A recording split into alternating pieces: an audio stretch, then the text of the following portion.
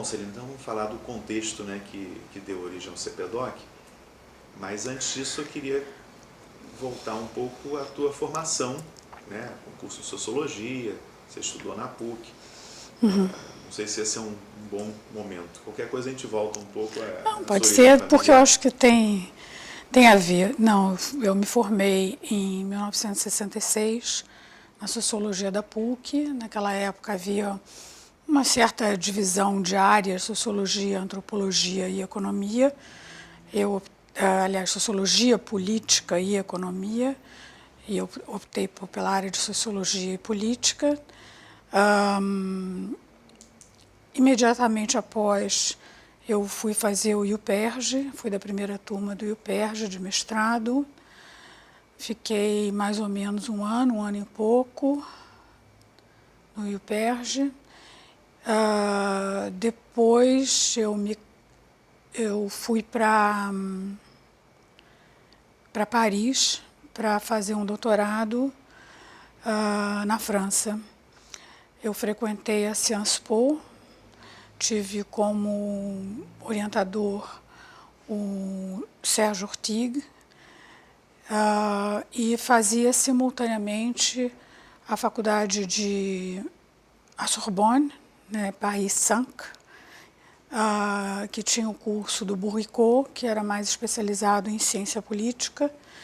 E, enfim, eu fiz todos os cursos para fazer uma tese de doutorado, que eu acabei não redigindo.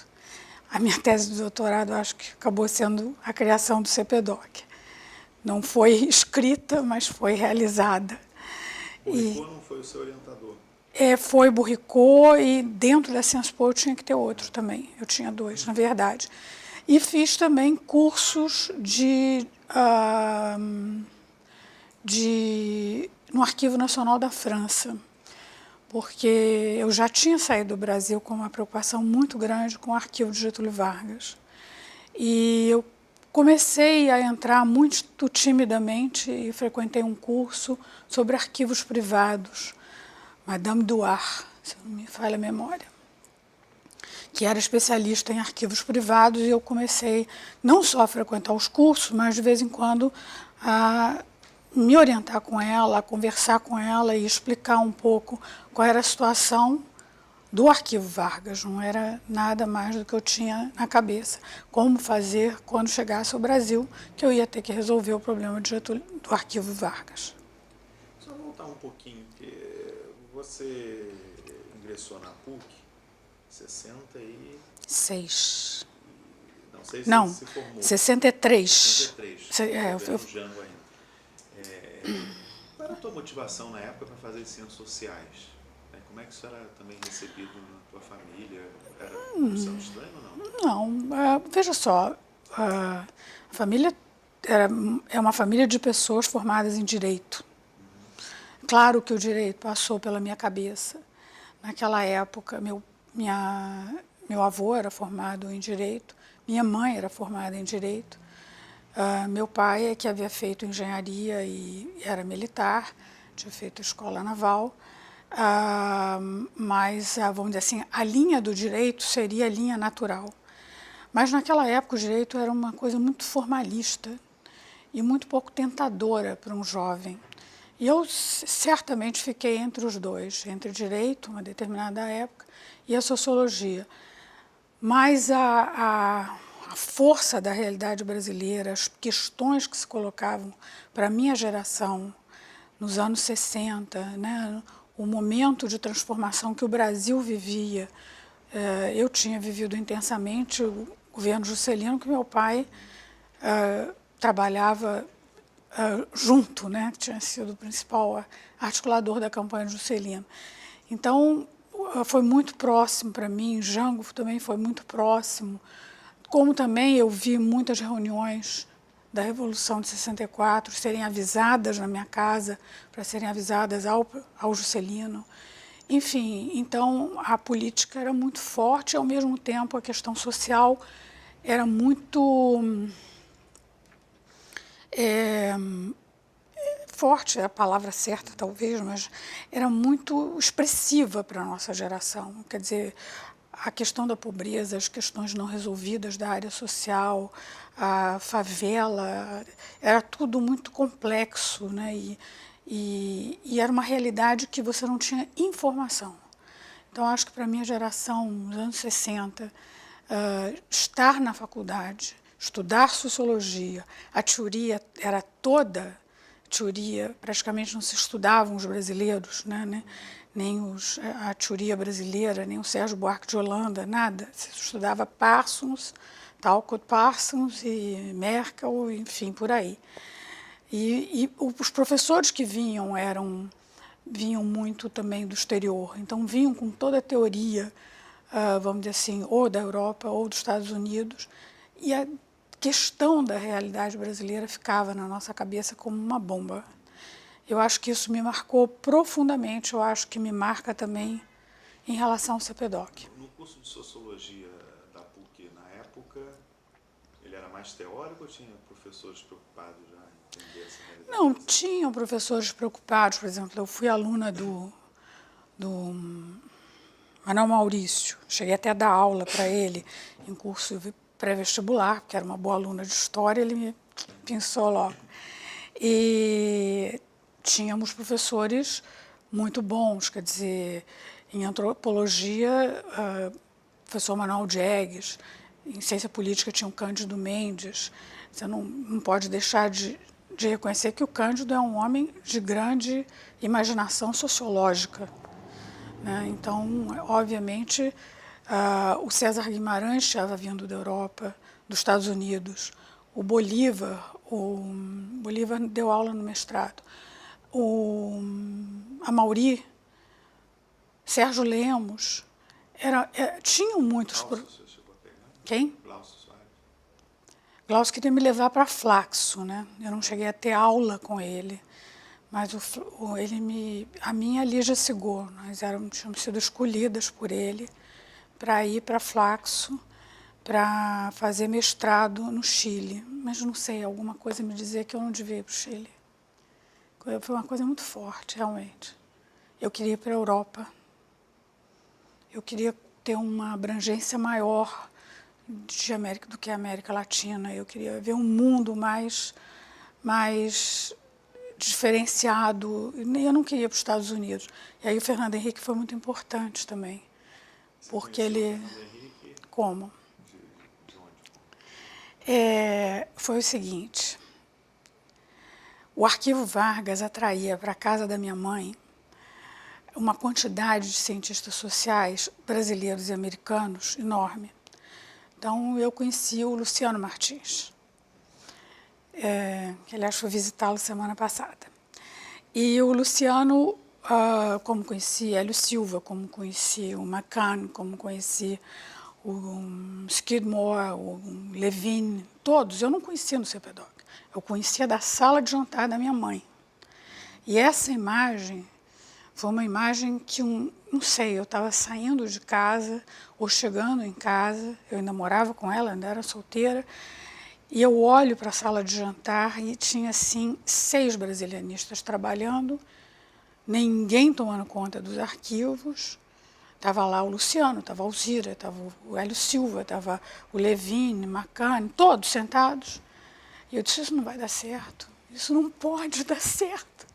Isso não pode ficar muito tempo, é muita gente em cima de uma papelada, porque por mais que a minha mãe tenha amor a Getúlio, carinho por Getúlio, e esses papéis, ela não vai conseguir controlar isso, nós temos que institucionalizar isso. Direto a ela? A ela. Pedindo para ela. E ela liberava se quisesse. Era fantástico, era uma maluquice. Ela fez isso durante vários anos? Vários anos. Até que se tornou realmente uma coisa tão forte que ela mesma percebeu que ela tinha que institucionalizar e que tinha que criar alguma alternativa. Mas antes, você saiu da PUC e foi fazer o mestrado no UPERJ, que estava começando. Fiz um ano. Turma, né? Primeira turma. Como é que era? O que era o UPERJ na primeira turma? Era fantástico. Era realmente era muito dinâmico. Era um grupo muito forte. Vera, Vilma, Lúcia, Cidinha Raime. Quem mais? Meu Deus do céu. Era um grupo grande. E os professores eram Bolívar, Vanderlei, César Guimarães, a Mauri também, acho que dava aula. Tinha vários da PUC. Nossa, era uma loucura. Eu fiz um curso também no museu com Miliband. Não é Miliband? Porque essa época eu acho que eu já estava dando aula na UF. Então, talvez tenha sido um pouco... Ciência política, não? Talvez um pouco de influência do professor Castro Faria, com quem eu aprendi muito também. Foi uma pessoa que me influenciou demais, demais. O rigor científico, a necessidade das citações, das regras acadêmicas. Peguei tudo aquilo. Achava aquilo maravilha de pessoa, né? Mas eu estava falando como é que eu conheci o Luciano, como é que essas pessoas, sim, Fernando Henrique, sim, aí eu já tinha voltado da Europa, onde nós estreitamos ligações, Aspásia, Alzira, Luciano em Paris, obviamente, porque era um grupo de brasileiros cariocas que estavam em Paris e a gente convivia muito com Maria da Linhares, Celso Furtado, Mas uma Conceição. estava por razões políticas, outros por razões mais acadêmicas. Alguns por uma mistura disso, talvez, né? Meu era um pouquinho misturado também. A sua situação também era um pouco. Não, na verdade eu já estava casada com o Hélito tinha uma situação política mais expressiva na AP naquela época, e obviamente nós estávamos na alça de mira já, e acho que meu pai, quando nós tomamos a decisão de estudar fora, adorou a ideia. Seu pai concordou. Concordou, ajudou, só faltou levar.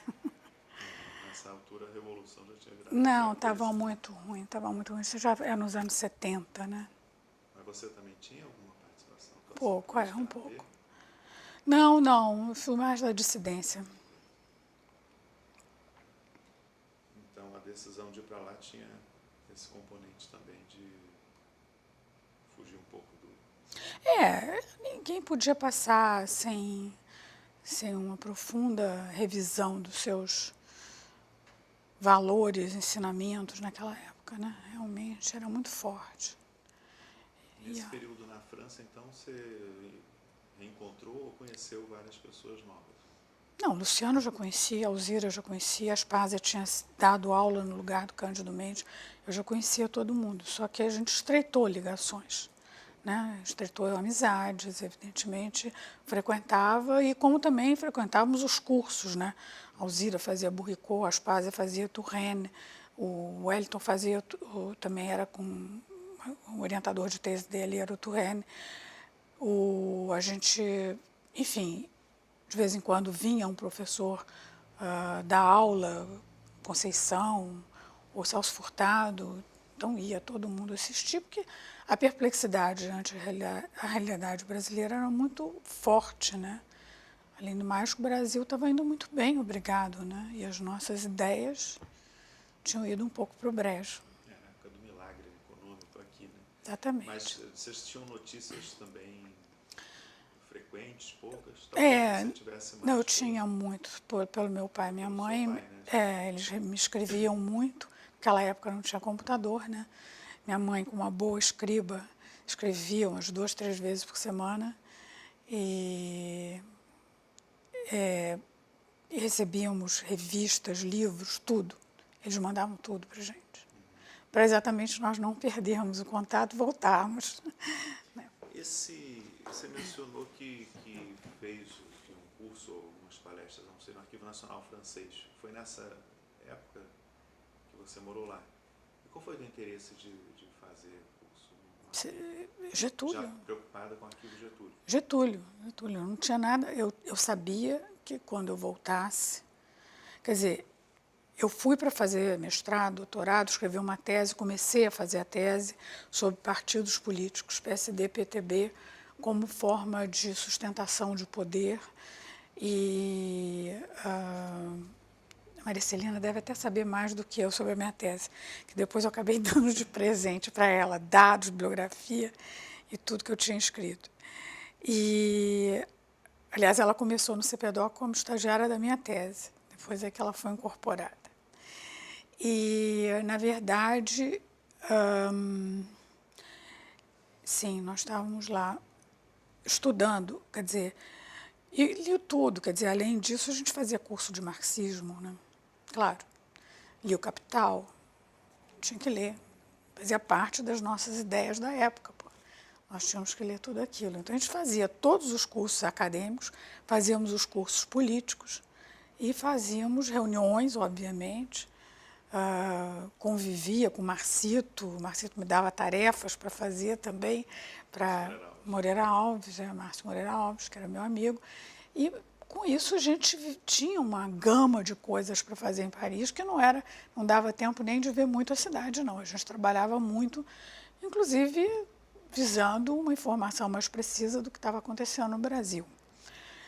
E o curso foi a mais, foi um curso a mais, não foi nada demais, foi um curso de 2, 3 meses, e uma conversa, vamos dizer assim, com essa senhora que me deu uma orientação sobre como organizar o Arquivo Vargas quando eu voltasse ao Brasil, que era a minha ideia, sem ter ainda nada na cabeça. Quando você voltou, a volta ao Brasil, já tinha decidido que estava um período suficiente na França? Como é que foi a decisão? Não, a decisão de voltar foi um pouco pressão de família, né? Porque eu sou filha única, meu pai e minha mãe estavam carentes, minha mãe esteve doente, ele sozinho não podia, vamos dizer assim, tomar conta dela o tempo todo, então me pediu para voltar. E eu voltei, evidentemente, tendo terminado todo o curso e tendo a tese por fazer, quer dizer, a gente poderia fazer a tese no Brasil, não havia nenhum problema, só teria que depois defender a tese, mas nós fomos absorvidos por outros assuntos. Que ano que você voltou? 72. 72, né? Tá. Bom, o CPDOC vai demorar ainda Não. um ano para ser criado. Né? Só um ano. Pois é, nesse ano você voltou já com a ideia de criar Não, uma instituição? Qual era a sua ideia? Não, eu sentei em casa, veja só, a pressão da minha casa era muito forte, porque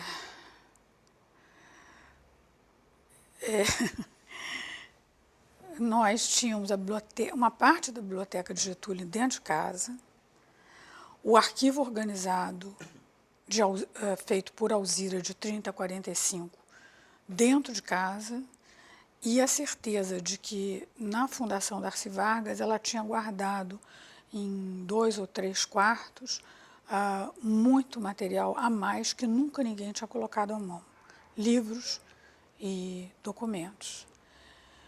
Aquilo não poderia ser eterno, aquilo não poderia continuar, aquilo não poderia, aquela mesa da sala de jantar sendo, vamos dizer assim, consultada por todos os pesquisadores que vinham sem nenhum controle, aquilo não poderia continuar. Eu tinha certeza que aquilo ia explodir e eu tinha que resolver. Porque minha mãe tinha uma paixão enorme por aqueles livros, ela só ia confiar se, obviamente, aquilo tivesse em plena confiança e em um lugar muito seguro para ela. Por outro lado, eu, de alguma forma, comecei a estudar o assunto, eu comecei a pesquisar, a ler, não só para a tese, mas também sobre documentação, e comecei a me preparar para alguma coisa que eu sabia que viria. Sim, depois que eu voltei da França, nós continuamos nossos cursos de doutorado na USP. Na USP. E foi aí que eu conheci o Fernando Henrique Cardoso, o Francisco Vefort, que foi meu orientador. Você aceitava um ingresso especial ou não? Era ingresso como se fosse um doutorado novo? Não, seria uma continuidade. É. Você fez? Na verdade, era para ter um orientador de tese, né? Que seria, evidentemente, ter um VFOR para orientar sobre partidos políticos, seria muito melhor, né? E aí eu fui começando a trabalhar a tese com o VFOR Você e frequentava aqui em o São Paulo, seminário, atualmente? Só que eu fiquei grávida do meu primeiro filho, Bento, que nasceu em 1973. Aí as coisas começaram a dificultar e, ao mesmo tempo, já tinha a crise do MDB. O Fernando Henrique já nos chamava também para reuniões políticas, Maria da Conceição Tavares, doutor Ulisses Guimarães. Então, era uma confusão que eu, na verdade, eu já nem sabia onde é que eu estava. Eu sei que a demanda era enorme, né? E nós estávamos os dois, eu grávida, o Wellington também tendo que trabalhar e meu pai chamando ele para a política. E foi aí que explodiu tudo, a tese acadêmica foi pelos ares, não houve tese nenhuma, nem de um nem de outro. E o Wellington entrou na política e eu assumi que eu tinha que resolver a questão de Getúlio e o arquivo Vargas, e comecei então a pesquisar. E Fernando Henrique foi a pessoa mais importante em termos de discussão de o que seria uma instituição. Para mim foi ele. Ele tinha experiência do SEBRAP. Ele tinha experiência do SEBRAP. Mas o que é que ele imaginava que pudesse ser feito com arquivo? Não, veja SEBRAP só. era um centro de pesquisa, né, propriamente dito. Posso voltar atrás? Tem 3 questões que fazem a minha cabeça e que, de alguma forma, a gente está falando meio sem muita cronologia, mas que eu acho que eu tenho que me colocar até pelo viés histórico. Quer dizer, a pressão da minha família era muito forte, a presença do Arquivo Vargas na história do Brasil era muito forte, a minha consciência era enorme, porque eu sabia o que isso representava para a história do Brasil. A afetividade da minha mãe, o amor que a minha mãe tinha por esses documentos, me levava a pensar numa solução boa, né, claro. E a questão da realidade, como nós discutíamos na faculdade, o debate sobre ter uma instituição onde você pudesse discutir as questões do Brasil, não só atuais, dos anos 70, naquela época, mas voltar atrás para entender o que tinha acontecido no Brasil e com o fracasso de todas as nossas ideias, era muito importante para a minha geração. Aí muito a Lúcia pode te falar mais, porque ela vai ter mais isenção, menos emoção do que eu, mas ela tem realmente uma participação grande nisso, né? E a terceira questão que vem são as ciências sociais. Quer dizer, claro, você não passa pela sociologia da PUC, você não passa pelo IPERJ, você não frequenta o Museu Nacional, você não vai para a França, conhece a École de Haute Étude, conhece a Sciences Po, está entendendo? Vê aquilo tudo institucionalizado, as pessoas discutindo, trabalhando, pagas pelo governo ou por organizações não governamentais, mas discutindo ciência social. Está entendendo? E as realidades da América Latina, porque o Touraine que fazia era isso, o Bourricot era isso, né? A Eprace era isso. Então, a gente vivia a necessidade de entender a América Latina, o Brasil, e as ciências sociais eram um instrumento fundamental para isso. Então, são 3 questões. O arquivo, a realidade brasileira que tinha que ser entendida e as ciências sociais como um instrumento. Quer dizer, isso tudo estava em ebulição na minha cabeça e era muito complicado. Você precisava achar uma saída, né? Eu queria achar uma saída para tudo isso. E aí o Fernando Henrique, você disse que ele te ajudou muito na... Sim, porque ele tinha o SEBRAP, eu fui conhecer o SEBRAP, entender melhor como é que o SEBRAP funcionava, porque ele tinha sido, né, cortado da USP, ele criou o centro exatamente para abrigar os pesquisadores exilados. No Rio de Janeiro não tinha centros de pesquisa. O único centro de pesquisa em ciências sociais que, se não me falha a memória, existia antes dessa época, era o Centro de Pesquisas Educacionais, ou o IFIX, o Instituto de Ciências Sociais, que funcionava na Marquês de Olinda, o Bambino, uma coisa assim, lá Marquês de Olinda, onde o Luciano trabalhava, a Alzira, a Maria Luísa. Hoje passa a ser parte da Mas aí perde a parte de pesquisa, que ali tinha muita. E a minha vocação era sempre para pesquisa. E eu entendia também que você não podia ter documentação sem ter pesquisa. Já existia, na Cândido Mendes, o tio Hélio Silva não tinha um Não, centro? foi aí.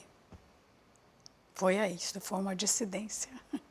Porque inicialmente se pensou até em levar o Hélio Silva para um lugar onde se pensasse a questão das ciências sociais. E o Hélio Silva, por quê? O Hélio Silva tinha toda uma documentação recolhida dentro da casa dele, e ele tinha um centro de documentação que nós íamos frequentemente e víamos.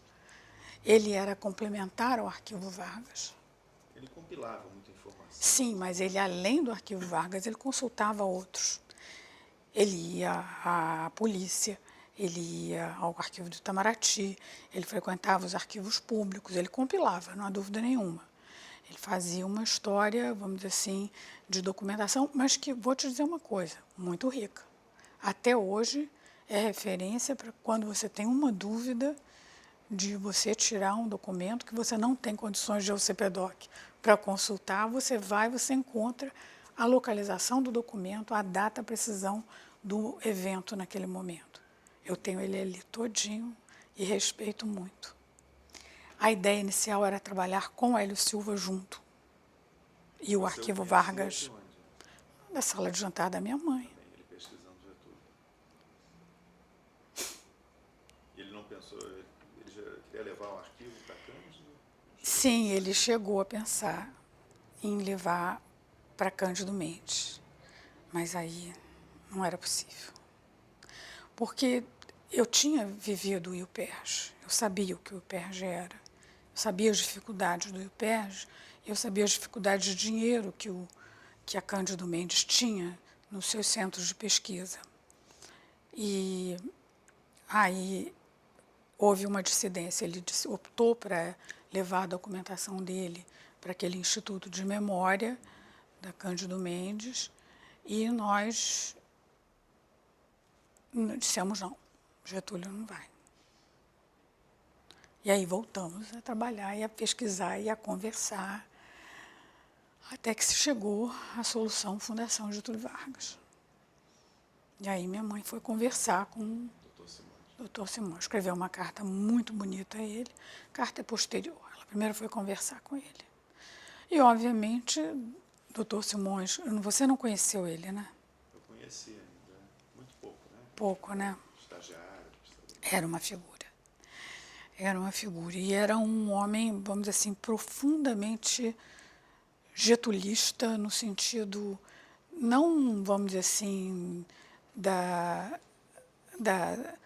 política partidária, né? Da política executiva, quer dizer, do estadista. Ele compreendia a questão do estadista. Então, foi muito importante, acho que foi muito rica a conversa e foi muito fácil. Ele acolheu De imediato. Mas nessa época, receber o Arquivo Vargas, eles tinham compreensão de que você já tinha essa ideia de que é uma coisa que não fosse apenas um memorial do Arquivo Vargas, fosse um centro de pesquisa também? Não, quando minha mãe escreve a carta, e a carta está lá no CPDOC, ela diz na carta que a condição seria essa. Primeiro, que não fosse para abrigar o Arquivo Vargas, mas sim todos os seus contemporâneos, incluindo partidários e não partidários, né? E que aí já era um pouco mais a minha cabeça, obviamente, influenciando, mas que se fizesse um centro de reflexão sobre o período, porque, obviamente, é um período que, naquela época, então, não tinha nada escrito, nada. Claro que o CPDOC ilustrou, aprofundou, pesquisou, né, e fez com muita riqueza, muitas informações e muitos dados, muito trabalho sobre isso. Mas naquela época não tinha nada. E o CPDOC, quando o Dr. Simões decidiu, então? 1973. Mas ele começou funcionando dentro do INDIPO, que era um Instituto de Direito Público e Ciência Política. Era. Funcionava já na fundação. Ele foi como com alguma independência ou não? Não. Uma parte foi Era uma parte. incorporado. Era uma parte. Era um centro dentro do Indipo, que era presidido pelo Dr. Temístocles Cavalcante. O Dr. Temístocles é uma das pessoas mais doces que eu conheci na minha vida. E dentro da Fundação Getúlio Vargas, que era um lugar de homens fortes, mulheres fortes, realmente ele era uma pessoa muito especial. Ele me ajudou muito, muito, do Temístocles. Ele foi assim, me acolheu o CPDOC com muito carinho. E ele tinha participado da Revolução de 30, né? Ele fez parte do tribunal, ele fez parte da redação da Constituição, ele era um homem daquela época também. Então, então não foi difícil conversar com ele.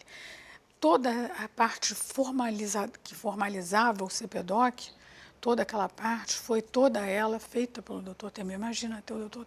Temístocles como redator dos contratos de doação do CPDOC. É um luxo, né? Uma maravilha. Agora, você está falando, acolher o CPDOC, na verdade, o CPDOC nesse primeiro momento era o Arquivo Vargas, você e quem mais já veio nesse momento? Não, no início, quer dizer, foi a primeira, foi a Anitta, mas depois a gente foi Anitta Murakami. Você a conhecia já? Da UF, ela trabalhava comigo na UF. Trabalhava e foi minha aluna também, quando eu dei aula na UF. Então, no início foram vocês duas que foram para o Indipo, né? Para o Indipo. Não, mas tinha o CPDOC, tinha o nome CPDOC. E o nome, quem que criou o nome CPDOC? Foi uma mistura da minha cabeça com a dona Lídia Sambaqui, que era uma diretora, ela era especialista em bibliotecas. Dr. Simões, na Fundação Getúlio Vargas, trouxe ela para dentro da fundação, assim como a doutora Janice Montemor, que tinha sido diretora da Biblioteca Nacional, e as duas faziam um trabalho de levantamento de bibliotecas, que era muito a cabeça do DASP, do Dr. Simões, e elas me ajudaram muito, principalmente Dona Lídia, no início, que eu não sou uma especialista em documentação. Eu tive muita dificuldade em entender e até em estudar isso, né? Dona Lídia me ajudou, depois outras, Maria Amélia Miguel, Porto Miguel me ajudou também. A minha formação toda era em ciências sociais. E foi um nome criado porque eu queria pesquisa, mas eu queria documentação. Então tinha que ser centro de pesquisa e documentação, mas era de história e de história contemporânea do Brasil, porque não era da história anterior à Revolução da República Velha, era da República Nova. Agora, pensando retrospectivamente, você tinha ideia de que estava criando uma coisa muito original? Porque havia centros de pesquisa, o SEBRAP era um centro de pesquisa, ou a própria universidade, pós-graduações nascendo, né, e o PES, Museu Nacional. Você vai começar a chorar daqui a pouco. Tomar um gole d'água. Então, mais pesquisa. E tinha os centros de documentação, né, museus, bibliotecas, arquivos, e centros de documentação como o Hélio Silva, por mais que escrevesse os livros, era ele. Era, exatamente. Assistente. Então, olhando retrospectivamente, o centro de pesquisa e documentação está no nome. E outra coisa, história contemporânea do Brasil, porque o que tinha de documentação na maioria das instituições era basicamente Império, Colônia, no máximo. Com certeza. Primeira República. E mal organizada. Vamos dizer, história pós-30, né? Nada, não tinha nada. 40 anos. Estava tudo na casa das famílias. Tudo. Tudo. Alguns eu peguei de caminhão. Na bolé do caminhão, literalmente. Mas voltando à pergunta, você imaginava que estava criando uma coisa que não era exatamente o que existia em outros lugares? Convencional, sabia. Não era convencional? Não, sabia que não era o convencional, sabia que era uma coisa diferente. Estava levando arquivos Estava sem levando tanto arquivistas, né? Era mais cientistas sociais, historiadores. Eu exigia que as pessoas técnicas em biblioteca e arquivo estudassem história, tanto que a Ana Lígia foi para lá, duas bibliotecárias foram para lá e eu pedi, olha, para entender e trabalhar no CPDOC, tem que entender de ciências sociais e de história. Ou vocês fazem um curso de ciências sociais ou de história. Vocês podem escolher, eu libero, estou entendendo tantas horas que forem necessárias, mas o curso é necessário. Uma fez, a outra não fez e não ficou. A que não fez, não ficou. Porque a biblioteconomia já tinha aquelas regras. Era muito difíceis, difícil, muito difícil. Eu tinha que abrir mente, abrir mente. Já Tanto quando eu arquivo- fui no Arquivo Nacional também, a minha cabeça era essa. Não venha com regra muito rígida para mim, porque não pode. A área de arquivo também, imagino que fosse arquivo público só, que se interessasse, não arquivo pessoal, né? Arquivo pessoal. Não. Privado era... Tanto num caso como no outro, se você não entende de história, você não coloca o documento no lugar certo. E aí o pobre do pesquisador vai morrer sem descobrir o documento. Quer dizer, a minha visão era de pesquisadora porque eu era uma fuçadora de arquivo. Eu tinha feito para o Luciano Martins a história do BNDES, então eu percorri arquivo do Ministério da Fazenda, arquivo de pessoas que trabalharam na criação do BNDES, etc. e tal. Isso foi antes de ir para a França, está meio anárquica a minha cronologia. E esse trabalho me fez ver o que era um arquivo com documentos organizados. Era impossível de você trabalhar. Você praticamente tinha que organizar o arquivo e depois trabalhar. E isso eu tive que fazer em vários lugares, para poder fazer uma história do BNDES, que era uma coisa específica, uma instituição, nada demais. O próprio Arquivo Vargas eu tive que fazer isso. Mas logo, também não vou lembrar exatamente a data, mas logo nesse momento inicial, nos 2 primeiros anos, além do Arquivo Vargas, acho que Oswaldo Aranha Oswaldo foi o Aranha. segundo, Esse foi na bolé do caminhão. Capanema foi dentro do... Ele tinha um apartamento alugado no Flamengo para guardar os seus papéis. Imagina o que significava para esse homem isso. Ele me entregar essa documentação toda. Eu fui pessoalmente ao apartamento, porque era como se ele estivesse dando um filho. O Etelvino Lins, quando entregou o arquivo, chorou. Eu não sei o que representava para cada um. Eu sei que para minha mãe representou muito, mas representou para todos eles. É uma história muito próxima. Muito próxima, era a vida deles. E não era uma vida normal, porque todos eles, se você pensar, Getúlio, Oswaldo, Cordeiro de Faria, Etelvino, todos eles eram homens da Revolução de 30, ou que aderiram logo depois, no momento em que o país estava em ebulição. Então, essa ebulição significava uma mudança, vamos dizer assim, econômica, social, política, institucional, muito forte, que deve ter, todos eles tinham a consciência disso. Né? Então, significava passar para a posteridade também, né? Acho que devia ser isso. E você pedia os arquivos, era sua mãe? Ou você era conhecia, eu mesma. Você mesmo. Quer dizer, conhecia todos também. Conhecia todo mundo. Da sua casa, É. Né? Das suas relações. Mas eu fui também atrás dos arquivos da UDN. Claro, fui. Procurei, tanto Cordeiro foi, vários outros foram. Não foi só os arquivos do CPDO, que eram ligados a Getúlio, né, do PSD, PTB, chamado, da situação, mas também da oposição. Fiquei Poucos anos esses arquivos da Ana Vargas foram quase todos recolhidos. Né? Porque era, vamos dizer assim, te dizendo, Celso, as pessoas estavam todas com muita idade, já.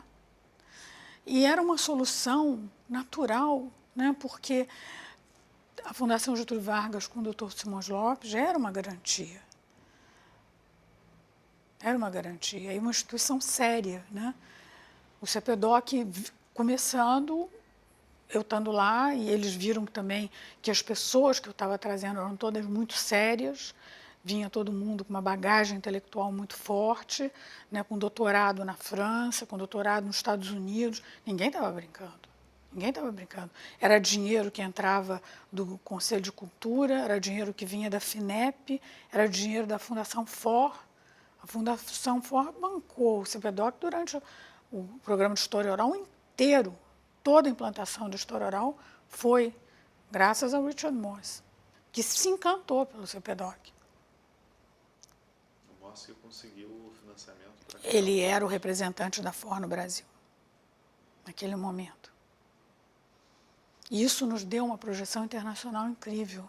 Bom, além do fato de que os brasilianistas, né, também passaram. Passavam e ficavam encantados, porque não era mais a sala de jantar da minha mãe, que era uma confusão. Ela abria só os documentos de 1930 a 45, que eram os documentos que ela tinha organizado. Mas os anteriores a 30 estavam num outro espaço que ela não tinha como guardar dentro de uma casa, por mais que ela tivesse, né, vamos dizer assim, morado em casas grandes, que foi um ônus que nós sempre tivemos que ter, morar em espaços muito grandes. Meu pai tinha que bancar isso, porque quando nós nos mudamos do Flamengo para uma casa no Leblon, a primeira coisa que foi o arquivo Vargas. Aí a minha mãe só olhou para mim, não precisou dizer muito. Eu fui dormir com o arquivo Vargas, sozinha na casa. Porque para ela podia ter um portinari, mas não tinha o menor significado. Ou um vidro, um cristal, uma prata. Para ela, o que era importante era o arquivo Vargas. Teve que ir, em primeiro lugar, não sei porquê, motivos de mudança. Aí eu tive que dormir. Como eu também dormi com condecorações de Getúlio na minha casa durante muito tempo. Enfim, porque era uma quantidade de coisas acumulada durante 19 anos de poder, que não eram só os papéis e os documentos que estão no CEPEDOC, eram os livros e as peças que foram doadas para o Museu da República. Era muita coisa. O interessante é que, além vamos dizer, do valor afetivo, óbvio, que ela tinha, mas também se preocupar de dar acesso, né, de que isso não fosse um arquivo Que ela sabia o que o Getúlio havia feito. Familiar, né, que outras pessoas não, ela tinha uma consciência real da revolução que o pai havia feito no país. Quer dizer, vamos lembrar o século XIX, e a República Velha não mudou muita coisa. O Brasil era escravos, monocultura e agricultura. Né? 54, oligarquias estaduais. Curiosidade, teve algum arquivo que você não conseguiu, que pedia e não davam? Eu tive muita vontade de levar o arquivo do Carlos Lacerda, mas quando ele faleceu, depois fiquei muito amiga do Sérgio, né? Sou amiga dos filhos dele até hoje, da Maria Clara. Foi doado para a Biblioteca da Universidade de Brasília. Eu acho que foi até vendido. E é engraçado, o Sérgio uma vez me pediu para eu ir lá ver como é que estava o arquivo, porque não estava sendo tratado. E aí eu, como diretora do Arquivo Nacional, pedi entrada na Universidade de Brasília para que o arquivo não se perdesse, né? E fiz esse... Mas teria sido ótimo, né, ter ido para o CEPEDOC. Em poucos anos, quando se vê o CEPEDOC começando com o arquivo Vargas, né, embora com a pretensão de ser um centro de pesquisa também, de documentação, mas chega você sozinho com a Anitta, né? Em pouco tempo não tem mais. Não tem mais. Primeiro, como é que se montou assim, a equipe, como é que você foi chamando, como é que... eu não tenho isso a significa cronologia, custo, né? tudo, o custo. Não, eu tinha que negociar com o Dr. Simões cada pessoa que entrava. Cada pessoa que entrava eu tinha que negociar com ele. Era muito difícil. O Dr. Simões era uma pessoa que dava muito valor, mas ele era um gaúcho autoritário. Como eu também venho de uma família de gaúchos, também autoritários, de alguma forma eu acho que eu sabia lidar com o assunto. E eu gostava muito dele, ele gostava muito da minha mãe, e obviamente tinha uma admiração por Getúlio muito grande, e essa passagem foi muito forte, né? E ficou muito marcada, Mas eu negociava com ele, quer dizer, primeiro nós tivemos esse núcleo de documentação, Anitta, Ana Lígia, que entraram, depois nós começamos a montar um grupo de pesquisa que veio a Aspásia assim que ela voltou de Paris, né, já enfim, ela já tinha a tese dela há muito tempo, mas já veio para morar no Brasil. E A Aspásia, na época, ela tinha, acho que não sei se tinha já possibilidade, tinha a mas tese ela pronta. podia também ir para o UPERJ ou ter ido para... Não, mas eu fiz o convite. Ela se interessou por essa Não, eu fiz, experiência nova. eu fiz o convite para ela, vamos dizer assim, para ela pegar essa parte de pesquisa, que obviamente eu sabia da experiência dela. Ela vinha com uma tese sobre a raiz, aquela tese dela é uma maravilha sobre o Nordeste, né, que é uma coisa que fala das oligarquias, a questão agrária, é uma coisa que dialogava ali de uma forma ou de outra, porque você ou entendia a oligarquia ou não entende o Brasil, né? E ela sentou ali, exatamente, montou um grupo de pesquisa, era tudo estagiário, Heleninha Gasparian, Antônio Zé Augusto, era um grupo de 6 pessoas, eram todos alunos de faculdade. Mas a gente pensou, fez teste, aplicamos um teste, selecionamos. Ah, não me lembro. Fazíamos uma prova. Não tinha prova? Tinha um documento para fazer um Tinha prova, tinha redação. prova. A gente mandava fazer prova. Não era sopa, não. A gente mandava preencher alguma coisa, mas era, em geral, era uma redação, acho que, para ver se vocês entendiam o que era a Revolução de 30, porque também botar um neófito ali seria loucura. E se montou um grupo de pesquisa pequeno, depois veio a Lúcia, então a Aspásia ficou com pesquisa. A questão dos livros era uma coisa complicada, aí se chamou um grupo e a Lúcia foi vamos dizer assim, a montadora da equipe, um grupo para estudar a Brasiliana. Por quê? Porque não eram só os documentos, quer dizer, a quantidade de livros publicados nessa época era uma loucura. A começar, a gente deu o nome de Brasiliana porque tinha a coleção brasiliana, mas tinha documentos brasileiros, né, também. Tinha uns livros sobre a Revolução de 30, 32, 35, 37. Elite intelectual e debate político. Né? Exatamente. E era uma loucura. O arquivo do Oswaldo Aranha veio com uma biblioteca toda encadernada só sobre a Revolução de 30, que era uma maravilha. Ana, está lá. Está lá, por favor. Está lá. E depois veio o Israel. O Israel tinha um projeto. O projeto dele era de fazer um dicionário. Ele queria um dicionário. Ele já trouxe esse projeto para o Pronto. Aí ele foi conversar comigo. Eu disse, bom, aí eu vou ter que arranjar dinheiro, porque aí eu já não tinha mais cara para falar com o doutor Simões. Né? E aí eu fui ao Conselho Federal de Cultura, que naquela época era presidido pelo professor Diegues, Manuel Diegues, que era uma doce pessoa, né? Tinha umas pessoas... Foi meu professor na PUC. Eu conhecia muito o Cacá, a Madalena, tinha sido minha colega de faculdade também. E aí nós conversamos muito e ele deu primeiro 200 mil reais, me lembro até hoje, para fazer o dicionário. Aí com isso a gente montou a equipe, né? O Israel pôde começar a trabalhar, uma equipe pequena. Depois veio a Alzira para o dicionário também. E a gente começou a ir montando, e as pessoas... Você já conhecia antes? Mas já era casado com a minha prima, né? Claro. Edith.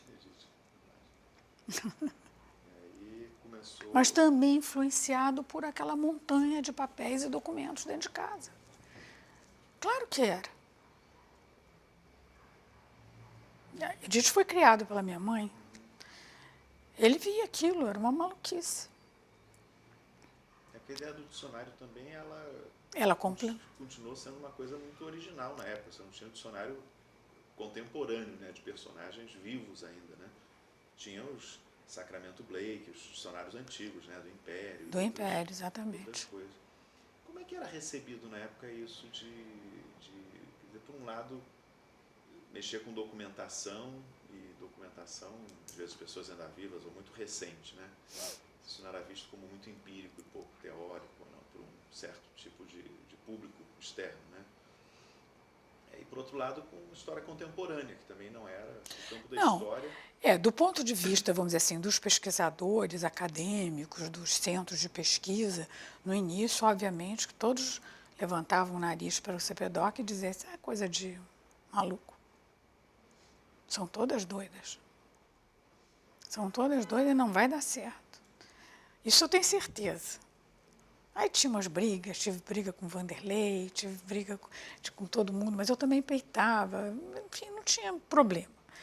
E a gente também, no início, publicava muito, vamos dizer assim, coisas muito ingênuas, óbvio. Era a bibliografia do tenentismo, era uma bibliografia aqui, era uma cronologia de documento. Não era muito diferente disso. A gente não estava preparado ainda para fazer pesquisa e fazer um trabalho mais forte, né? Aos poucos é que o negócio foi tomando corpo e a gente foi, então, o livro que a Aspásia coordenou sobre regionalismo, depois da Ângela, Estado Novo, enfim, foi indo, a gente foi começando a ter um certo respeito da comunidade acadêmica. Mas eu tenho certeza que nós não éramos respeitadas. Mulher, misturada com documento, eu achei ótimo quando você entrou. Sem nenhum preconceito só contra as mulheres, mas acho que já chegava. Não, quando eu entrei no CPDOC, como estagiário, tinha isso. O CPDOC não era só de mulheres, nunca foi, mas eram poucos comparados, né? Gerson, Israel. Mas assim, tem alguns outros que ficaram mais tempo, mas era predominantemente um conjunto de mulheres, né? O que de alguma forma curioso, né? Como que era um espaço muito feminino, né? E na fundação também era esquisito. Porque só tinham homens. Só tinham homens. Progressistas politicamente também. Exatamente, só tinham homens. Quando eu entrava como mulher para discutir como diretora, já como diretora de CPDOC, na época era a única mulher. Tirando o Dr. Simões, na fundação como um todo, era bem visto, recebido o CPDOC? Era uma...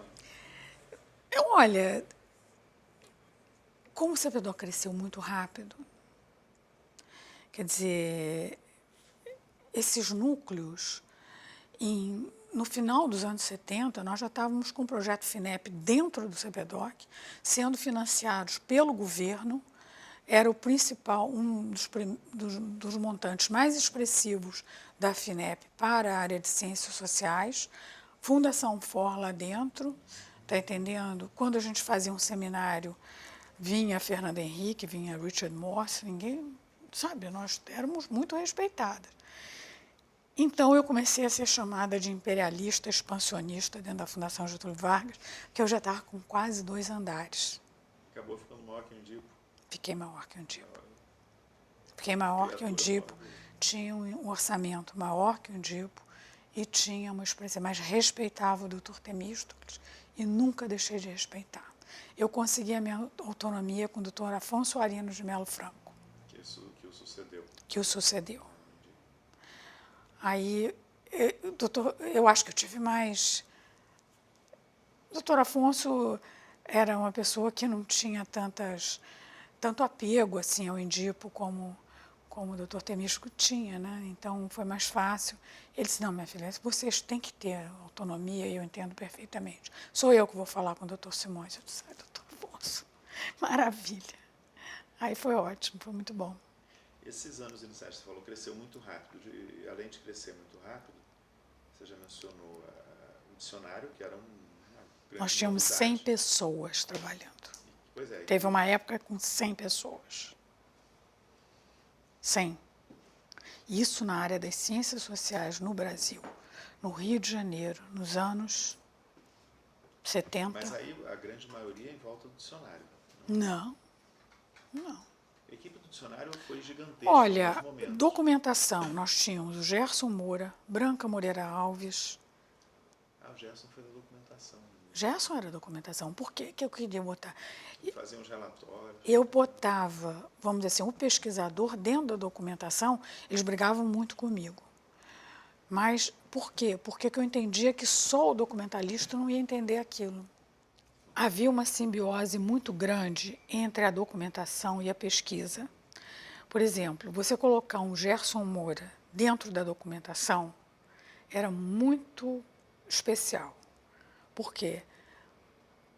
Eu sabia que o Gerson ia entender a documentação de relações internacionais de uma maneira que só um especialista poderia compreender e escrever, o que de fato ocorreu. Não, talvez os outros não tenham se saído tão bem, mas ele, eu acho que a ideia foi perfeita. Ele compreendeu o arquivo Aranha, que era essencialmente um arquivo em relações internacionais, ele fazia interlocução com o arquivo Vargas e ele montou uma quantidade de livros e projetos e propostas sobre relações internacionais que ninguém tinha colocado a mão antes. Era essa simbiose que eu queria, entendeu? Como, por exemplo, quando a Aspásia entra para trabalhar com a pesquisa, ela colocou 6 estagiários, cada um num arquivo, ou cada um numa época. Eu acho que foi cada um num arquivo, ela dividia por arquivos. E eles tinham a obrigação de trazer a fonte do regionalismo desses arquivos para ela poder refletir sobre a questão regional no Brasil. O mais habitual na época, eu creio que até hoje em muitos lugares, seria assim, a documentação contrata um arquivista que vai organizar e aí passa os insumos, os dados para a gente fazer a pesquisa, os cientistas sociais, historiadores, né? Hoje já tem experiências, inclusive, do CPDOC que mostram isso, mas na época não tinha, né? Na época, vamos dizer, os arquivistas e eram separados. Era outro mundo diferente. Você se relacionava também com esse mundo, os arquivistas, documentalistas? Não, eu tinha que me relacionar, claro que sim. Como é que era, assim, organizar o arquivo? Quer dizer, organizar, você está falando de organizar e pensar sobre o arquivo ao mesmo tempo. Eu tinha tido a experiência mal sucedida de ter tido que fazer uma tese sobre a criação do BNDES em arquivos públicos e privados, em que eu tive que praticamente reordenar os documentos para poder entender a criação do BNDES. Foi difícil. Dali eu percebi que um documentalista não tem condições sozinhos de trabalhar uma documentação histórica. A Adilina tem dupla formação, Regina tem dupla formação, a Ana Lídia tinha dupla formação. Na minha época, todos tiveram dupla formação.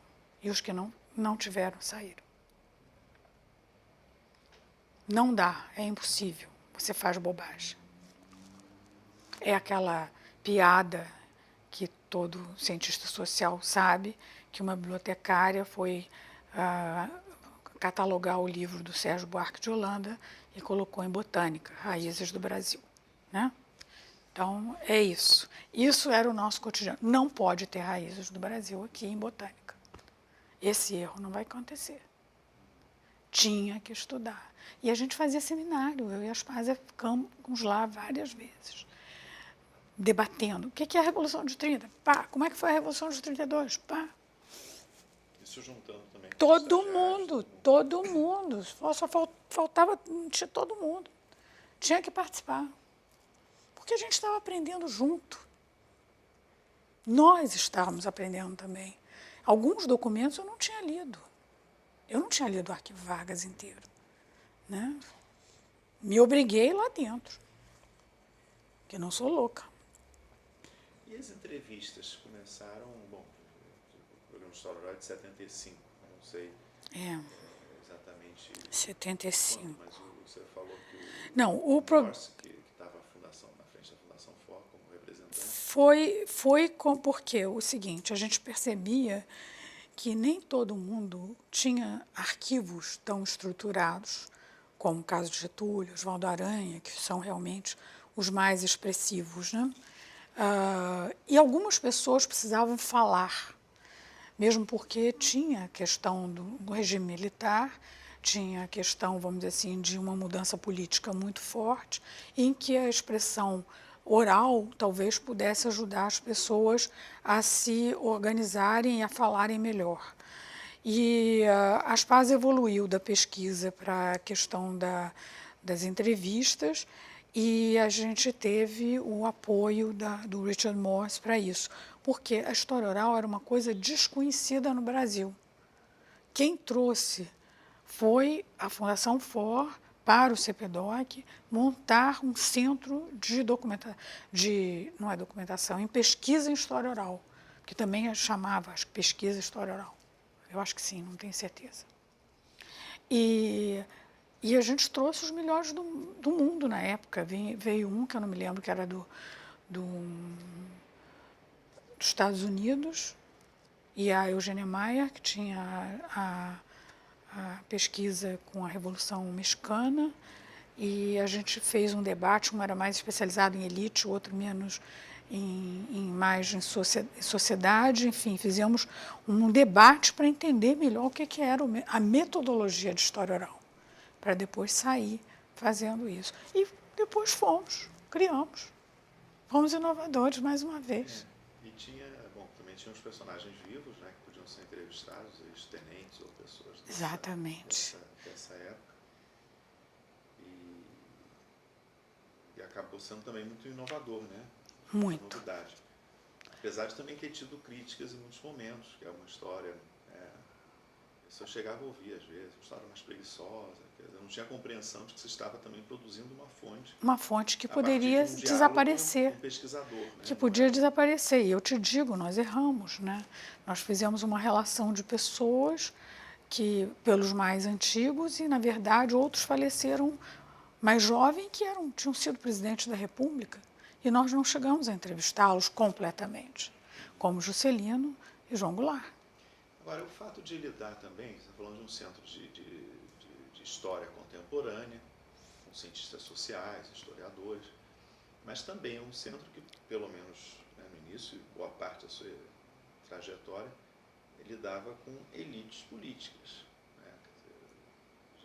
Em 73 está ainda, né, no regime militar, o CPDOC cresce nesse final dos anos 70, mas depois, quando tem abertura, transição, outros temas começam a ficar mais em voga, né? História dos oprimidos, dos vencidos, história contra apelo, aquelas coisas. Também tinha nesse momento inicial, ainda nos anos 70, de que vocês fazem a história da direita, dos vencedores. Dos vencedores. Isso acontecia, da elite política brasileira. Eu disse, sim, mas e daí? Qual o problema? Nenhum. É preferível que se faça uma coisa bem feita, e que se esgote, né? E que se esgote, que eu acho que é inesgotável, mas que se faça bem feito. Aí começou a surgirem outros centros de pesquisa, como o de Campinas, né, na história o arquivo Lenhort, que são importantíssimos, meu Deus do céu, tudo é importante. Tem que ter a história dos vencedores, dos vencidos, da elite, do povo, é evidente que tem que ter. De todos. Inclusive, a gente chegou, numa determinada época, a fazer uma divisão histórica, quando a Maria Amélia Miguel entrou, porque tem um Museu Imperial. O Museu Imperial era um centro de pesquisa na época. Então, ele se especializou naquilo que era mais ou menos até o século XIX. Né? A República Velha estava na Casa Rui, que a Maria Amélia Miguel era a historiadora e bibliotecária da Casa Rui. Movimento Operário de Lenhort. Outras tinham questões mais importantes, de outras questões que eu não sabíamos. Mas a gente começou a ver, inclusive, os regionais. Cada estado tinha que ter a sua história oral. Cada estado tinha que ter um centro de reflexão. Agora, em pouco tempo também, o CPDOC saindo de um arquivo e uma ou duas pessoas virando uma instituição, eu não sei se é errada essa avaliação, mas ele também não tinha competição no Brasil, não tinha outros centros que competissem pelos mesmos arquivos, entrevistas. Estou errado nisso? Isso é uma experiência muito única, né? Olha, porque houve essa facilidade de ter esse convívio, vamos dizer assim, de ter as pessoas, vamos dizer assim, como é que eu posso te dizer, a facilidade de ter um convívio com as pessoas da elite da Revolução de 30. Isso, obviamente, pelo conhecimento que meus pais tinham e que eu também passei a ter, como também pela posição da Fundação Getúlio Vargas, do Dr. Luiz Simões Lopes. Eu acho que tudo isso facilitou muito para que rapidamente a gente conseguisse ter, pelo menos, os contemporâneos de Getúlio Vargas todos reunidos. E a gente foi rápido, fez rápido. Até para a documentação de arquivo é uma documentação única também. Porque nós tínhamos que ser rápidos também, porque por causa da idade das pessoas. Por causa da idade das pessoas. E também, Celso, porque era um ato de ousadia. Né? Você, em 1973, era o governo Geisel, né? Não, é Médici ainda. Não, exatamente, era a Médici. Você criar um centro na Fundação Getúlio Vargas, sobre Getúlio Vargas, juntar as pessoas em volta dele, né? Rapidamente, tinha que consolidar aquilo muito rapidamente. E ainda conseguir dinheiro do governo, aí já foi no período Geisel, que foi o doutor Pelúcio, aí já foi melhor, né, claro. Mas, de qualquer maneira, foi um ato de ousadia. E a gente tinha que consolidar a instituição muito rapidamente, para não perder a oportunidade. E, bom, também teve sorte de que esses financiadores, né, você mencionou o Morse, o Pelúcio, né, reconheceram. O Fernando Henrique foi muito importante para mim. Eu digo que eu tenho 3 pessoas a quem eu devo fortemente o CPDOC. Primeiro, o Simões Lopes. Não é? O doutor Simões poderia não ter aceito isso, poderia. Mas não só ele aceitou, como ele deu uma força enorme. Né? Tanto que em pouco tempo estava ocupando 2 andares. Isso na fundação, naquela época, que só tinha economia e administração, a educação também, né? Alguns centros de recursos humanos. Eu sem doutor Simões, não teria conseguido isso, e nenhuma outra instituição do Brasil. Eu tenho muita consciência.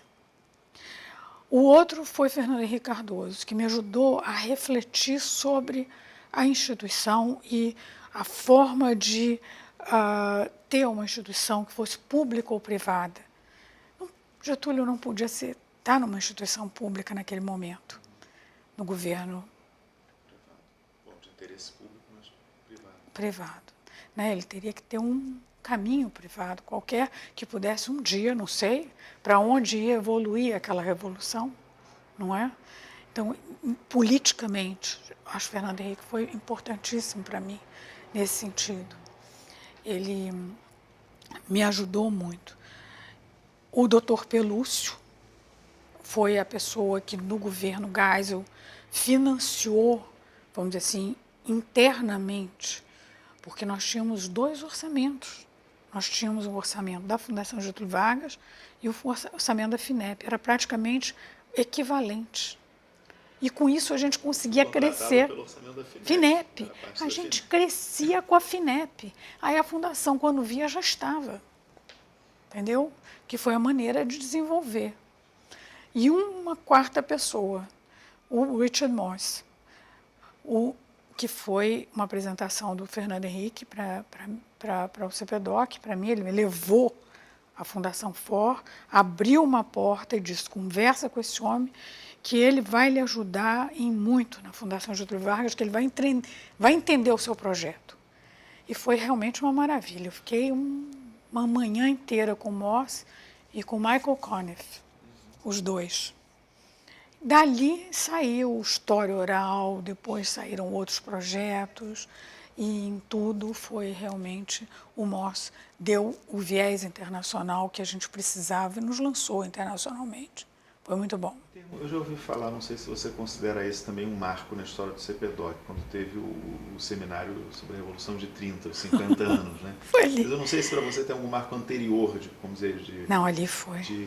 Não é de projeção, mas de exibição pública. A gente fez. Né? Quer dizer, realmente você concorda? Concordo. Agora, não foi dentro da fundação, né? Foi no IBAN que foi feito? Deixa eu explicar. Ali o CPDOC... Era 50 anos da Revolução de 30. Então era um marco que o CPDOC tomava como de referência para o que seria essa história contemporânea. Eu estava grávida do Pedro. Eu quase parei ali.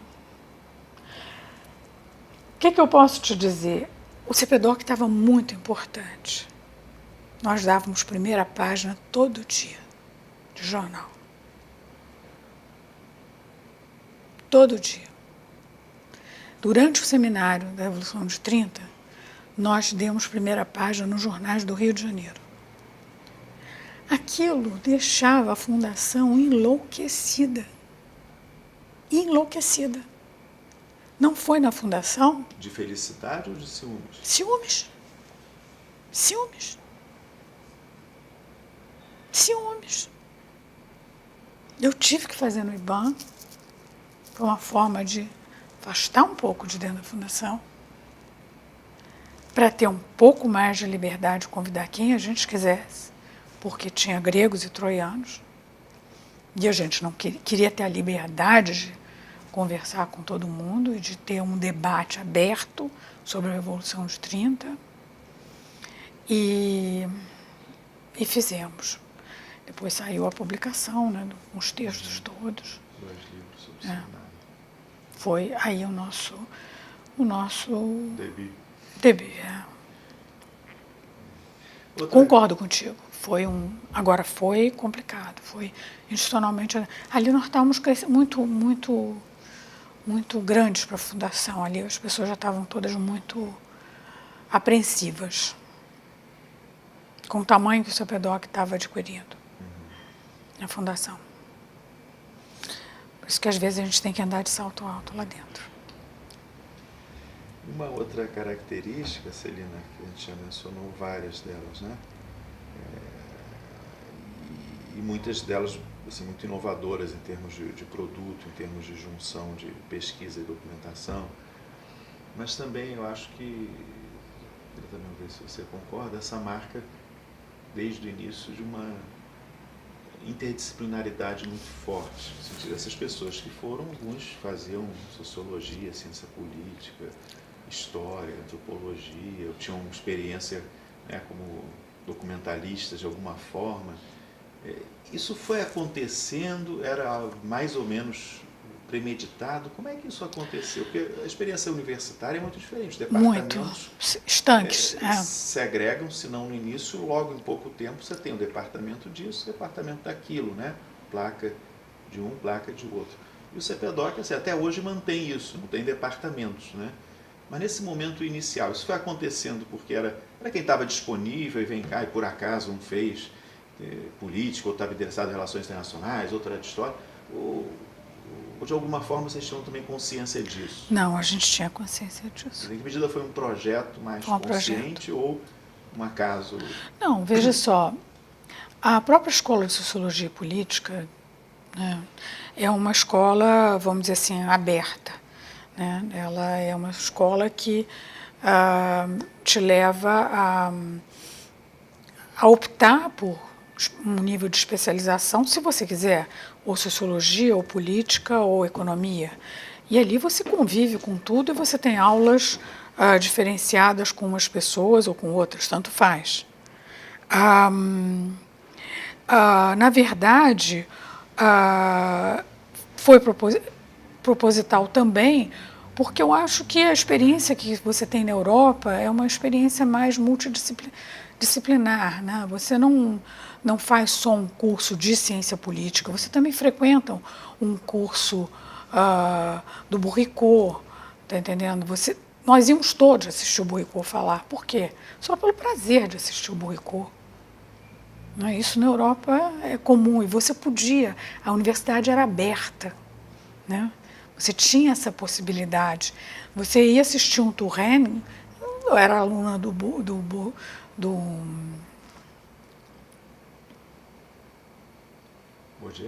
Não, do Bourricot. Bourricot. O Bourdieu que fazia as aulas abertas.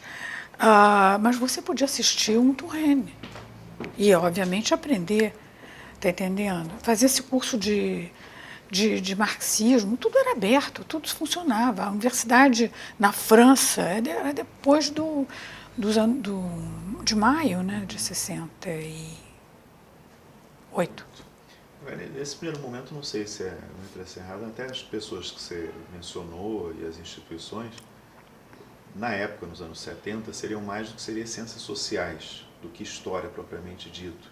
Na história, acho que estava mais, talvez, tradicional. Depois vai ter a nova história francesa, todo efeito disso, as relações da história. com antropologia, com história das mentalidades, história do cotidiano, mas acho que nos 70 Mas no é Brasil posterior. ainda era mais, vamos dizer, tradicional. Mais convencional, mais restrita, menos multidisciplinar, e as ciências sociais não. Eu acho que elas estavam mais abertas. Não, a minha visão de CPDOC foi mais voltada para as ciências sociais. Realmente sempre foi. Porque, primeiro que eu vim de lá, né? A minha formação foi com uma abertura entre sociologia, política, e tendo frequentado vários cursos e não ter me evitado isso. Ao contrário, acho que você tem que ter um mundo aberto de conhecimento para você poder entender melhor. Então, eu sempre tive o foco maior nas ciências sociais. Achei ótimo ter um diretor do banco. Você saiu, foi 79 ou 80 que você foi ao Arquivo Nacional? Arquivo Nacional fui em 80. 80. Quer dizer, você foi depois na época do seminário dos... Não, foi durante, eu já estava no Arquivo Nacional, estava assumindo o Arquivo Nacional, me lembro bem porque eu estava grávida do Pedro, e eu já estava no Arquivo Nacional, mas me pediram para voltar e ficar, é claro, num seminário desses eu participei desde o início, mas eu fiquei muito ali atenta, porque nós estávamos criando muita dificuldade com a fundação. A fundação ficou muito enciumada.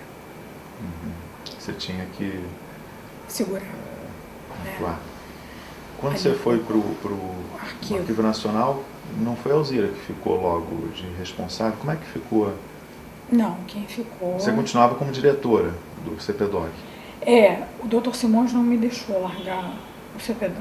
Ele pediu que eu continuasse, nem que fosse meio tempo. Eu disse, não, então o senhor me reduz o salário, mas eu não quero ficar ganhando por aqui, pelo Arquivo Nacional.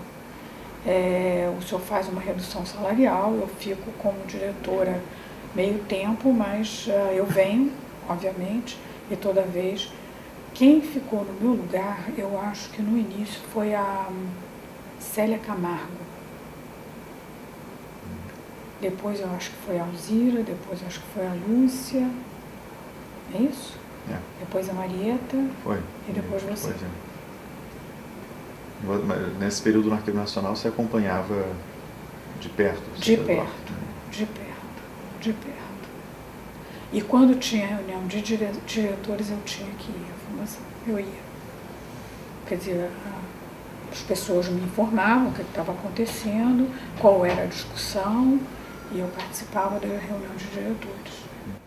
Teve alguma coisa nesses anos iniciais, alguma iniciativa que você acha que não deu certo, ou que se pudesse voltar no tempo, quando você olha retrospectivamente? Eu não, acho o CPDOC um sucesso. Que parece uma história assim, de muito sucesso e originalidade, né? Mas também sou muito envolvido como entrevistador nisso, mas pensando, né, nessa novidade de ter arquivos pessoais contemporâneos, organizados por cientistas sociais, historiadores também, uma coisa muito interdisciplinar.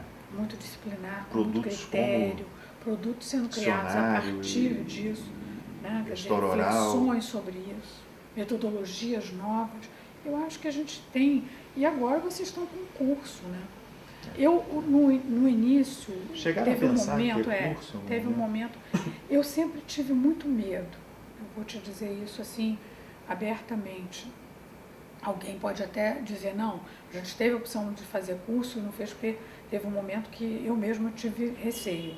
Quando entrei, chegava a se discutir, ou chegaram a falar, por que não criava um mestrado em História Política, alguma coisa assim, não sei se... Teve uma época que se pensou nisso. Eu tinha muito medo de criar aquela máquina de formação que eu não gostava muito. A Fundação tem um lado profundamente acadêmico e ela tem um lado que ela forma muito, vamos dizer assim, mecanicamente. Eu tinha muito medo dessa formação mecânica. E eu tinha muito receio de que tirasse esse viés, vamos dizer assim, da pesquisa com a documentação, essa simbiose que sempre me pareceu muito criativa e inspiradora para você entender os documentos e não se deixar também só ficar num gabinete fazendo pesquisa, nem só trabalhando documentos, né? Então, uma coisa misturada. Então, eu tive um pouco de medo disso. Então, se eu tenho alguma responsabilidade de ter atrasado a entrada da educação, dos cursos, da pós-graduação no CPDOC, eu tinha medo desta fábrica, que eu não gosto. Talvez na época, se eu tiver, quer dizer, quando começou a surgir, e foi gradualmente, a instituição já tinha 30 anos, então já tinha muito forte essas marcas, né? Quer dizer, a atividade de ensino ela se encaixou mantendo interdisciplinaridade, mantendo os departamentos, né? Mantendo a importância das fontes do arquivo, né? Das metodologias, dessa discussão. Talvez no início isso acabasse engolindo uma coisa ainda mais recente. Foi assim, foi um momento. Agora eu posso ter acertado como posso ter errado, né? Também não sou totalmente, agora acho que é um sucesso, acho que ainda acrescendo essa questão do ensino, sem prejudicar, vamos dizer assim, a pesquisa e a documentação, que são, vamos dizer assim, núcleos mais fortes e o que vão, acho que de alguma forma, vão sempre renovar as ideias e as propostas e as pesquisas e o conhecimento, eu acho que é uma coisa positiva. E vamos fazer 40 anos ano que vem. Né? Já? 40 anos. 73. Nossa, mãe. Meu Deus do céu. É uma glória, né? 40 muito anos. Bom, muito bom. É muito bom, né? Quantas pessoas têm trabalhando? Agora vocês estão invertendo. Quantas pessoas têm trabalhando? Funcionários, tem uma pequena flutuação, mas em torno de 55, 56, 57. É bastante. Funcionários, né? A gente tem em São Paulo agora uma coordenação, ainda pequena, tem lá 3 funcionários, mas que vai crescendo porque começou a crescer a nossa operação lá e várias atividades. Tem um público de alunos que não é muito grande, a área de ensino acho que a gente mantém numa dimensão razoável, que não engole o resto, né? Talvez uns 80 alunos de pós-graduação e uma população grande de bolsistas, estagiários, assistentes de pesquisa, né, que faz esse número aumentar. Eu não sei exatamente, quer dizer, sem contar os alunos, assim, só pesquisadores, assistentes, estagiários, 120, 130 pessoas que estão entre bolsistas, estagiários, assistentes e tal. Se juntar o público de aluno, tem umas 300 pessoas que são CPDOC, né? Mas aí juntando... aluno realmente é uma população, quer dizer, se bem que muitos alunos nossos trabalham também, exemplo, a Gabriela aqui, como estagiário também, né? A gente continua sendo uma escola. Não, o estagiário... Tem como estagiário. Não, né? Quer dizer, nós todos eu e as pais éramos formadas, obviamente, tínhamos nossos ela tinha a tese feita, eu não tinha a tese feita, a Alzira tinha a tese feita, mas isso não quer dizer nada, nós aprendemos como toda a nossa bagagem, a gente aprendeu ali, aquilo ali nós estudamos juntos. Aquilo foi uma coisa criativa. Lúcia, Aspásia, Alzira, Israel, todo mundo aprendeu junto. Por quê? Era uma coisa nova. Ninguém sabia o que ia acontecer. Eu me lembro do Israel não tinha computador, fazendo o dicionário numa folha de papel maço, a lápis. É incrível. 5 volumes, 4 volumes, já nem me lembro mais. Tem fotos dessa época? Tem, aquela letra dele até hoje eu vejo, desenhada a lápis, e ele apagava com borracha. Era um consumo absurdo de borracha, papel. Enfim, eu acho que é uma metodologia nova que ele criou. A reflexão sobre a brasiliana, eu acho que traz uma reflexão nova, um viés diferenciado sobre o entendimento dos livros daquela época. A história oral traz uma inovação, uma metodologia nova, inclusive trazendo internacionalmente para o Brasil, através da CPDOC, Fundação Getúlio Vargas. E a documentação e a pesquisa é uma inovação do curso, né? Que eu acho que vai influenciar até os arquivos públicos. Porque saem do arquivo do CPDOC muitas pessoas para irem trabalhar comigo no Arquivo Nacional. Silvia Ninita, Vitor, até hoje eles falam, o Dila, né, que já é falecida, mas muitos passaram pelo CPDOC, ou como documentalistas, ou como pesquisadores, ou como estagiários.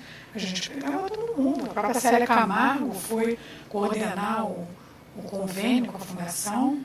Faz um dicionário das pessoas que passaram pelo CPDOC.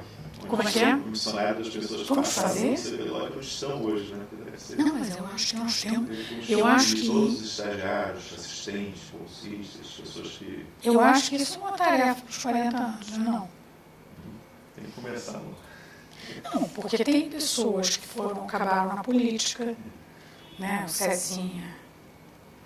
Tem pessoas que foram montar outros centros de história, né? Eletrobras, BNDES, tem muita gente espalhada por aí que eu encontrava. Centros de documentação, arquivos públicos, centros de pesquisa. Eu acho que é uma tarefa maravilhosa. Põe os estagiários para trabalhar. Bom, não sei se tem um assunto mais em relação ao CPDOC que você lembra que ia falar. Olha, não chorei. É um bom sinal, né? Pois é. Em alguns momentos eu achei que eu podia passar um pouco. Quase. Agradecer muitíssimo a tua entrevista. Não, mas foi muito boa. Acho que Agradecer por ter criado o CPDOC. Eu sou cria do CPDOC. Todos nós somos, Celso. Todos nós somos. Sabe, eu acho que essa sensação de que nós aprendemos, eu acho que eu aprendi. Eu também não sabia, nem tinha uma pré-concepção. Tinha uma vaga ideia, que é, claro, influenciada por todos esses pontos que eu já lhe falei. Mas essa vaga ideia foi gerada ali dentro mesmo, naquelas mesas, aquelas paredes da Fundação Getúlio Vargas, com muita discussão, muito debate, ouvindo muitas pessoas. A gente chamava as pessoas para debater. Então, eu acho que foi uma equipe que foi montada e essa equipe aprendeu a dialogar. E esse diálogo, eu acho que está até hoje, né? Uma coisa positiva, que eu acho que enriquece. E é por isso que é um sucesso. Obrigado.